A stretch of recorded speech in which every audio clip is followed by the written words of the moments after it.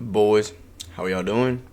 No trade today, but I will be back testing this session fully. I haven't even looked at the price action for the day today. I'll be back testing it with y'all. I've been out since 8 in the morning. I just got back home. It's 5 p.m. on a fucking Friday. So let's look at ES first. So, fuck, bro. I'm not trying to wait 2 more days to trade, bro. That should be pissing me off. That's like the worst part of my weekend, just waiting for market open. But boom, we got this 8:30 right here, 2 right here. Oh, this is low key a good way to show y'all how I find my buys for the day on live, right? So I mark out the session highs, right? We have our London high right here, right? Wait, yeah. We have our London high right here, our Asia high right here, right? And yeah, this is market open. So we have our Asia high right here. We have our London high right here. These are 2 targets of liquidity for the day. Boom. Fuck. This is... Actually, no, it's fine. Because we have our Asia low right here, our London low right here. You could see we got a little reaction out of here, which means that I am aiming for us to go upwards for the day. Asia low swept with the reaction. So the way that I look at it, right, is if we get a reaction off of sweeping a session low. So as you can see, we swept the Asia low right here. We got a little reaction and then went downwards a little bit, and we got a major reaction, right? If we get a low reaction out of just sweeping session lows or session highs, that indicates my buys for the day. Since we swept out this Asia low and we got a reaction going towards the upside, I would have been gunning for the upside for the day, right? So once that is done, I scrolled the 1 hour just to see any fair value gaps, any whatever. We have a prominent fair value gap right here, this 1 hour bearish fair value gap. So I'm peeping this right here, right? Any 1 hour highs that I need to be wary of, nothing.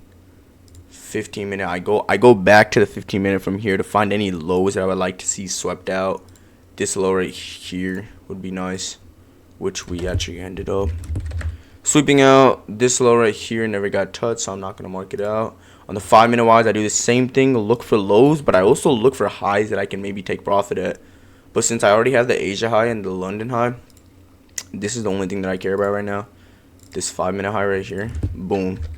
Right? So what am I looking for? Right? What am I looking for? Okay. So we ended up sweeping out this 15 minute low. Right? Okay, so we have this 15 minute low right here. We ended up sweeping it, but going more down. So I don't know how I feel about this. Because obviously, let's say suppose that I took a trade right here and put it below this low. And tried to run it to this shit, we wouldn't have hit. So that's not... I mean, okay, if I'm being all honesty wise, this would have probably been the trade that I ended up taking right here. Just because of the fact that we like broke through such like a high value thing, but we would end up getting stopped out.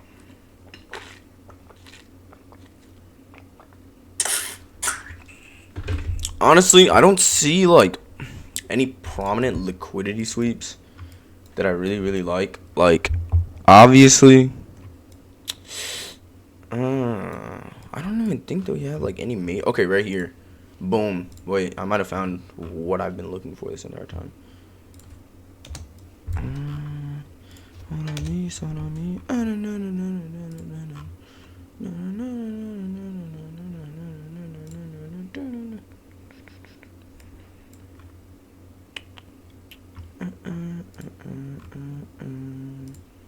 Okay, here it is. This is the afternoon session. I would have been off the charts by then. But if we're just looking, just to look, this would have probably been the most optimal entry right here. So, oh fuck, that was after the sweep. Never mind. Fuck. Yeah, I don't really know about ES for the day, but then again, I do prefer NQ. I'm an NQ loving guy. I don't really like ES, to be fair. That's only because I feel like ES's price action is just not good, right? So again, same thing. I'm looking for the session highs and lows, and just trying to see reactions off this off the, what's it called?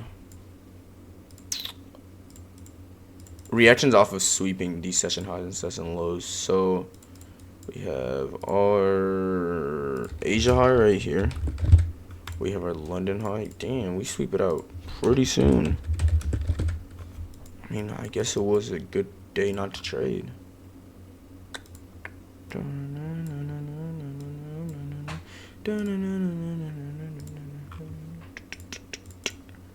So we have our Asia low right here, London low right here. Boom. What am I gunning for? In a scenario like this, right? In a scenario like this, I would be gunning.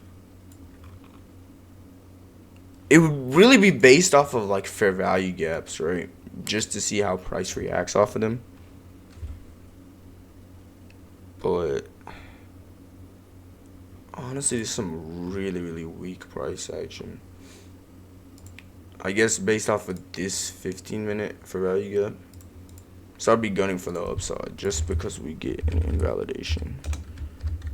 Fair value gap, we get an invalidation right here, so I guess I'm gunning for the upside in a scenario like this. We